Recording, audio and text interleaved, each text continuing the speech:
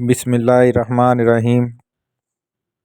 السلام علیکم، میرا نام ہے آصر رشید اور آپ دیکھ رہے ہیں مرڈر مسٹری اور فیکٹ۔ آپ میرے چینل کو یوٹیوب سے @مرڈر مسٹری اور کرائم کے نام سے بھی سرچ کر سکتے ہیں۔ آپ میری ویڈیوز کو فیس بک پر بھی دیکھ سکتے ہیں، جس کا لنک نیچے ڈسکرپشن میں موجود ہے۔ پاکستان کا ایک صنعتی شہر، موٹر سائیکل کے پرزوں کی بات ہو یا سلور سٹیل کے برتن یا سلور سٹیل کا سامان، پنکھے ہوں یا واشنگ مشین، پلاسٹک کے برتن، کھلونے بنانے والا شہر، آپ اسے سپر ایشیا کا شہر بھی کہہ سکتے ہیں۔ یہ شہر کھانوں کے لیے بہت مشہور ہے اور جسے پہلوانوں کا شہر بھی کہا جا سکتا ہے۔ جی ہاں، اس شہر کو گوجرانوالا کہا جاتا ہے۔ 26 جون 2006 کو ضلعی اسمبلی کا اجلاس اروپ ٹاؤن میں ہو رہا تھا۔ یونین کونسل 61 کے ناظم لیاقت مہر، جو کہ اپنے علاقہ کی ایک بہت پسندیدہ اور دل پسند شخصیت تھی، علاقہ کے ہر آدمی کے دکھ سکھ میں شریک ہوتے تھے۔ لیاقت مہر کو اس کے موبائل فون پر ایک کال موصول ہوتی ہے۔ یہ بات یاد رکھنے والی ہے کہ 2006 میں بہت کم لوگوں کے پاس موبائل فونز ہوتے تھے۔ تب اکثریت لوگوں کو کال ڈیٹا، لوکیشن، GPS ٹریس ہونے کا علم نہیں ہوتا تھا۔ لیاقت مہر کال موصول ہونے کے بعد اجلاس کی کارروائی ادھوری چھوڑ کر وہ اپنے دوست اور ڈرائیور کرامت گجر کے ہمراہ اپنی کار میں سوار ہو کر کہیں چلے جاتے ہیں۔ جانے سے پہلے اپنے بھائی مختار مہر کو صرف یہ بتا کر جاتے ہیں کہ وہ پنڈی بٹیاں کتے خریدنے کے لیے جا رہے ہیں۔ مختار مہر نے جانے کے کچھ دیر بعد اپنے بھائی لیاقت مہر سے رابطہ کیا تو رابطہ نہ ہو سکا۔ مختار نے جب رابطہ کیا تو فون مسلسل آف جا رہا تھا۔ مختار مہر جیسے جیسے کال کرتے ویسے ہی ان کی پریشانی بڑھتی جا رہی تھی۔ کوئی بات یا کوئی چیز مختار مہر کو الجھن میں ڈال رہی تھی۔ مختار کبھی اپنے بھائی کو اور کبھی کرامت گجر کو کال کرتا، مگر دونوں کے نمبر برابر آف جا رہے تھے۔ مختار کے لیے یہ بات بہت حیرت والی تھی۔ رات بھر جب رابطہ نہ ہوا تو مختار کو یہ سب بہت عجیب لگا، کیونکہ کبھی ایسا نہ ہوا کہ اس کے بھائی نے اپنا موبائل آف رکھا ہو یا اس سے اتنے عرصہ تک خود رابطہ قائم نہ کیا ہو۔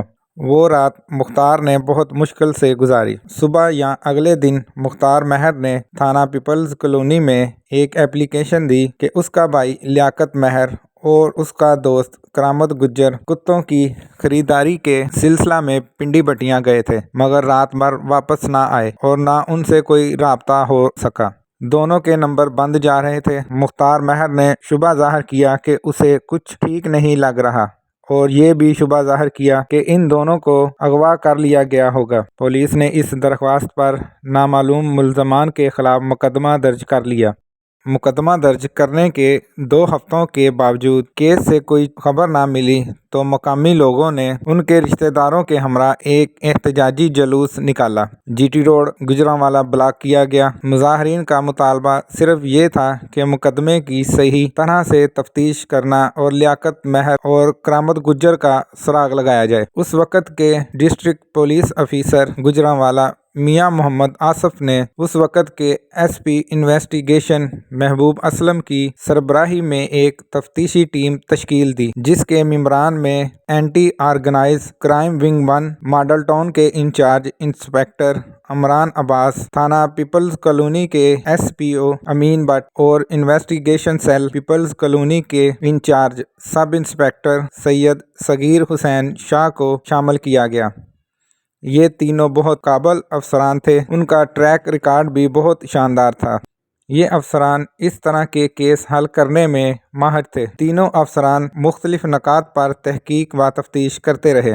ڈرائیور کرامت کے بیٹے سلامت نے پولیس کو بیان دیا تھا کہ ایک بندہ جس کا نام مظہر گجراتی تھا نے چند سال پہلے بیرون ملک بھیجنے کے لیے اس کے والد سے 7 لاکھ روپے لیے، لیکن نہ تو وہ اسے بیرون ملک بھیج سکا اور نہ اب وہ رقم واپس کر رہا تھا۔ جب اس نے رقم واپس مانگی تو مظہر گجراتی کرامت گجر کو ڈرا دھمکا رہا تھا۔ سلامت گجر نے مظہر گجراتی پر شک ظاہر کیا۔ پولیس نے مظہر گجراتی سے تفتیش شروع کی۔ اس کو ہر طریقے سے ٹٹولا گیا، نظر رکھی گئی، مخبر دوڑائے گئے، مگر اس کے خلاف کوئی ثبوت نہ مل سکا کہ وہ لیاقت مہر یا کرامت گجر کے غائب ہونے میں ملوث ہے۔ ہر طرح کی تفتیش کے بعد پولیس نے اسے کلین چٹ دی۔ یہاں ایک بات یاد رکھنی ضروری ہے کہ جب تک کیس مکمل حل نہیں ہو جاتا، مجرموں کو سزا مل نہیں جاتی، پولیس کو 100% یقین ہو نہیں جاتا کہ جس کو سزا ملی ہے اصل مجرم وہی ہے، تب تک پولیس کیس میں ملوث کسی بھی بندے کو اپنے شک کے ریڈار سے باہر نہیں جانے دیتی۔ پولیس کا کام شک سے شروع ہو کر انجام تک پہنچتا ہے۔ ڈرائیور سلامت کے بیٹے کے بعد ناظم لیاقت مہر کے حوالے سے جہاں بے شمار باتیں سننے کو ملی، وہاں یہ بھی معلوم ہوا کہ لیاقت مہر نے 2 شادیاں کر رکھی تھی۔ وہ 8 بیٹیوں اور 3 بیٹوں کا باپ بھی تھا۔ ایک شادی اس نے رشید کالونی گجرانوالہ میں، جبکہ دوسری شادی سیالکوٹ میں کر رکھی تھی۔ لیاقت کی ایک بیٹی اس کے غائب ہونے کے چند روز بعد پیدا ہوئی تھی۔ 2 شادیوں کے حوالے پر بھی غور کیا گیا۔ دونوں سسرالیوں سے تفتیش بھی کی گئی، ہر طرح سے سوال جواب پوچھے گئے، بات سے بات نکالی گئی۔ پولیس یہ معلوم کرنے کی کوشش کر رہی تھی کہ دونوں سسرالی خاندانوں میں سے کوئی اس کے غائب کروانے میں تو ملوث نہیں ہے، مگر پولیس کو اس سے بھی کچھ حاصل نہیں ہوا۔ پولیس تفتیش جہاں سے شروع ہوئی تھی وہیں ہی رکی ہوئی تھی۔ پولیس کو کوئی سرا ہاتھ نہیں لگ رہا تھا۔ آخر یہ دونوں گئے تو گئے کہاں؟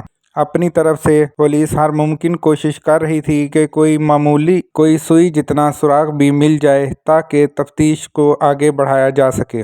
کئی روز کی محنت کے بعد پولیس کو آخرکار محنت کا پھل مل گیا۔ غائب ہونے کے اندازاً 20 دن بعد انسپکٹر عمران عباس چدر کو اطلاع ملی کہ پنڈی بٹیاں پولیس کو ناظم لیاقت مہر کی گاڑی سڑک پر لاوارث کھڑی ملی تھی۔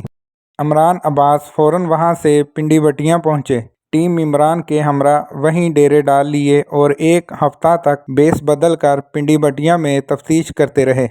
پنڈی بٹیاں جہاں سے گاڑی قبضہ میں لی گئی تھی، وہاں سے چند کلومیٹر کے فاصلہ پر تھانہ شیخو پورہ کے علاقے میں واقع 6 ممبا مینارہ سے ایک انسانی دڑ کے ملنے کے شواہد بھی ملے، جس پر انسانی دڑ کی قبر کشائی کے لیے مجسٹریٹ کی اجازت لی گئی۔ مجسٹریٹ کی اجازت سے قبر کشائی کر کے نمونہ جات DNA ٹیسٹ کے لیے لیبارٹری بھجوائے گئے تاکہ معلوم ہو سکے کہ یہ دڑ لیاقت مہر یا کرامت گجر میں سے کس کے تھے یا یہ کسی اور شخص کے تھے۔ اس کی ٹیسٹ کی رپورٹ ابھی موصول نہیں ہوئی تھی۔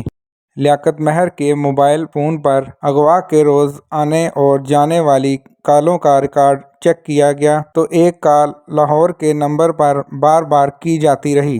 یہ کالیں لیاقت مہر کے غائب ہونے کے بعد کی جاتی رہیں۔ ان کالوں پر مزید تحقیق کی گئی تو پتہ چلا کہ مذکورہ نمبر تھانہ وانڈو گجرانوالہ کے نواحی گاؤں کے رہائشی طارق محمود عوان کا تھا۔ جب پولیس اس پتے پر پہنچی تو طارق کے والدین نے بتایا کہ ہمارا طارق سے کوئی رشتہ یا تعلق نہیں ہے، کیونکہ طارق کے والدین اس کو 10 سالوں سے آگ کر چکے تھے اور اس کے والدین کو اس کے موجودہ پتہ کا کوئی علم نہیں تھا۔ پولیس نے ادھر ادھر سے تحقیق کی تو پتہ چلا کہ طارق محمود ان 10 سالوں میں علی پور چٹھا، حافظ آباد اور سرگودا کے مختلف علاقوں میں مقیم رہ چکا تھا۔ خفیہ تحقیق کی جاتی رہی جس سے معلوم ہوا کہ طارق عوان اچھا آدمی نہیں تھا۔ طارق محمود کا نیا موبائل نمبر لیا گیا اور حساس اداروں کی مدد سے طارق عوان کی کرنٹ لوکیشن ٹریس کی گئی تو وہ سرگودا سیٹلائٹ ٹاؤن میں موجود تھا۔ سرگودا میں کچھ معتبر احباب کے ساتھ اس کا تعلق واسطہ تھا۔ دیگر ذرائع سے یہ بھی پتہ چلا کہ لیاقت مہر اور کرامت گجر سرگودا میں خود اس جگہ بھی آتے جاتے رہے تھے۔ لیاقت مہر کے لواحقین کے ساتھ اس کی تلاش کرنے والا اس کا دوست عمران عرف مانی، جو کہ حافظ آباد کا رہائشی تھا، اچانک غائب ہو گیا۔ اب 2 باتیں ہو سکتی تھیں، یا تو عمران عرف مانی کو غائب کیا گیا تھا یا وہ خود غائب ہو گیا تھا۔ اب تفتیش نے نیا رخ اختیار کر لیا۔ پولیس نے عمران کو فوکس کیا تو کچھ باتیں پولیس کے علم میں آئیں۔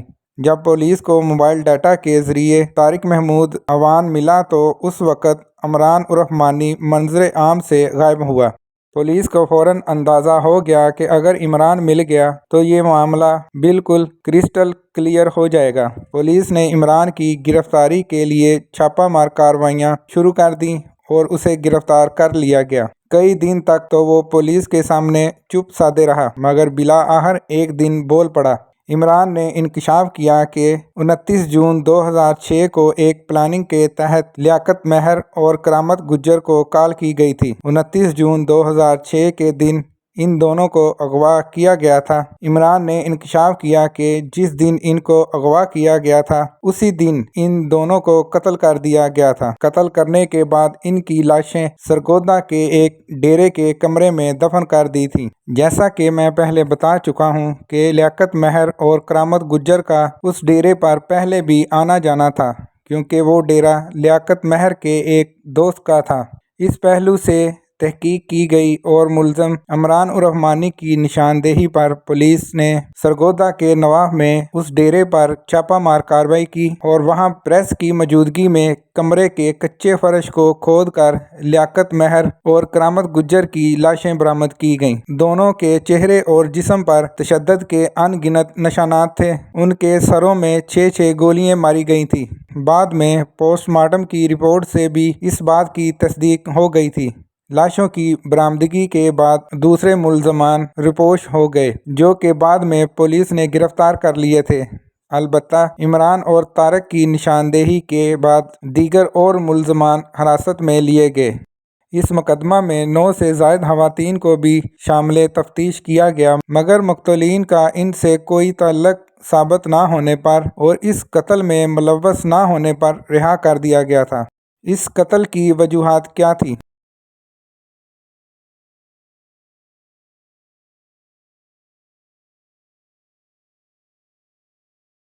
اس سنگین مقدمے کا سراغ لگانا انتہائی مشکل تھا۔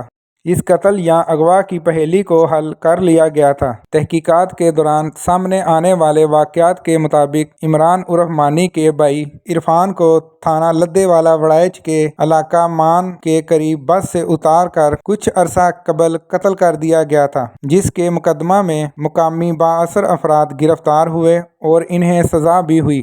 چونکہ عمران کے ماں باپ انتقال کر گئے تھے اور وہ صرف 2 بھائی تھے، ایک قتل ہو گیا اور عمران مدعی تھا۔ اس صورتحال پر لیاقت مہر ناظم نے اسے صلح کے لیے اپنے پاس بلایا اور کہا کہ وہ مجرم فریق سے دیت کے طور پر اسے 20 لاکھ روپے اور یونان کا ویزا دلوائے گا۔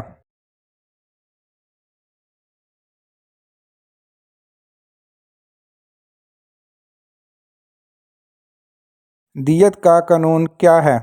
پاکستان میں دیت کے قانون کے مطابق قتل جیسے سنگین جرم میں مقتول کے خاندان کے پاس ملزمان کو معاف کرنے کا حق ہوتا ہے۔ انہیں صرف عدالت میں اتنا کہنا ہوتا ہے کہ ہم انہیں اللہ کے لیے معاف کرتے ہیں۔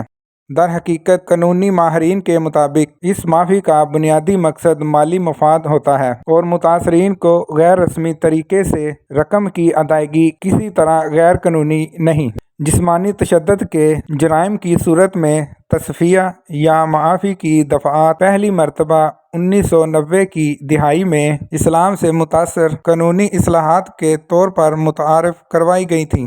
اس نظام کی حمایت کرنے والے کہتے ہیں کہ پاکستان میں عدالتی نظام پر کافی بوجھ ہے اور تاخیر کا شکار ہے، جبکہ ان دفعات سے نظام پر دباؤ کم رکھنے میں مدد ملتی ہے اور اس سے فسادات بڑھنے کے امکانات بھی کم رہتے ہیں۔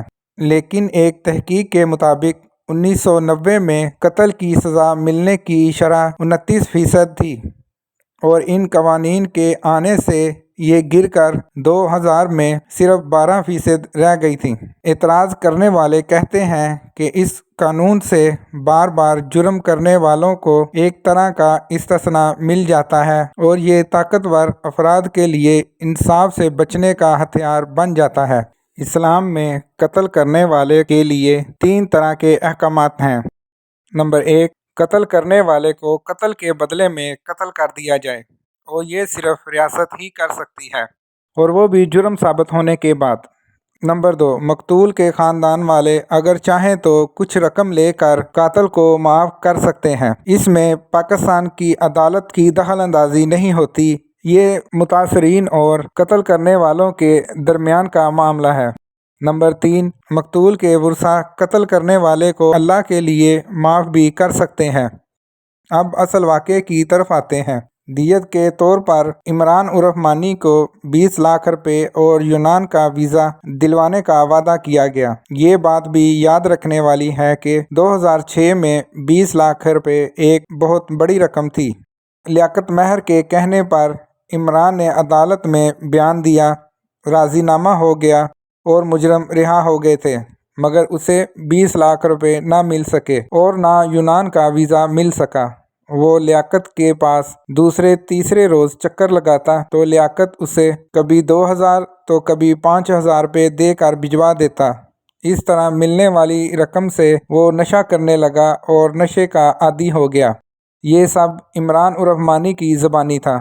عمران کو اس بات پر بہت غصہ تھا۔ اس نے لیاقت مہر کو قتل کرنے کا پکا ارادہ کر لیا تھا۔ اس کام کے لیے اس نے طارق محمود عوان کو بھی اپنے ساتھ ملا لیا اور سرگودا کے ایک ڈیرے پر ان دونوں کو قتل کر دیا۔ اس کیس میں کافی ٹائم لگ گیا۔ پولیس نے سائنسی طریقہ تحقیق اپناتے ہوئے دونوں کو مردہ حالت میں ٹریس کیا اور ملزمان کو گرفتار کیا۔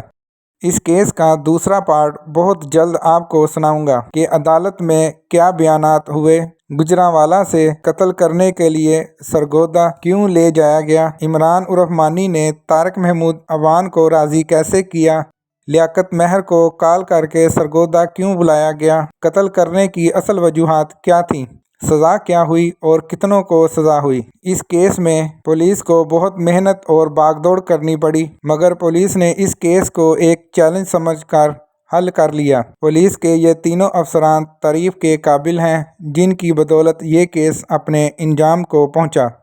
اب اس کے ساتھ ہی مجھے اجازت دیں، جلد ہی آپ کے پاس نیا کیس لے کر حاضر ہوں گا۔ اللہ حافظ۔